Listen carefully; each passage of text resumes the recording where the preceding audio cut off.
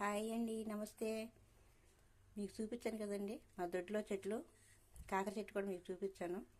ఈ కాయలు చూసారండి, కేజీ కాయలు కాసినండి. కేజీ ఇంకా కేజీకి ఎక్కువే ఉంటాయి. చూసారా, ఈ కాయలతో చాలా రకాల కూర చేసుకోవచ్చు కదా. వీటితో పులుసు చేసుకుంటారు, కొంతమంది బెల్లం లేకుండా పులుసు చేసుకుంటారు, కొంతమంది బెల్లం వేసి పులుసు చేసుకుంటారు, కొంతమంది ఫ్రై చేస్తారు, కాకరకాయ కారం పెడతారు.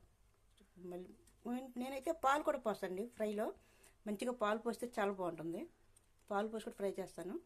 ఇప్పుడైతే ప్రస్తుతానికి నేను కాయలు చూసారా, చిన్న చిన్నగా ఉన్నాయి. మళ్ళీ 2 రకాలు 3 రకాలు ఉన్నాయి ఇందులో కాయలు సైజులు. మరి ఎండల వల్ల ఏమో కాయలు 3 రకాలుగా వచ్చినాయి. కాయలు నేను ప్రస్తుతానికి అయితే ఈ సైజు కాయ కాకరకాయ కారం పెడదాం అనుకుంటున్నానండి. కాకరకాయ కారం నాకు చాలా ఇష్టం. అసలు కాకరకాయ అంటే చాలా ఇష్టం. చాలా రకరకాలుగా వండుకుంటూ ఉంటాను.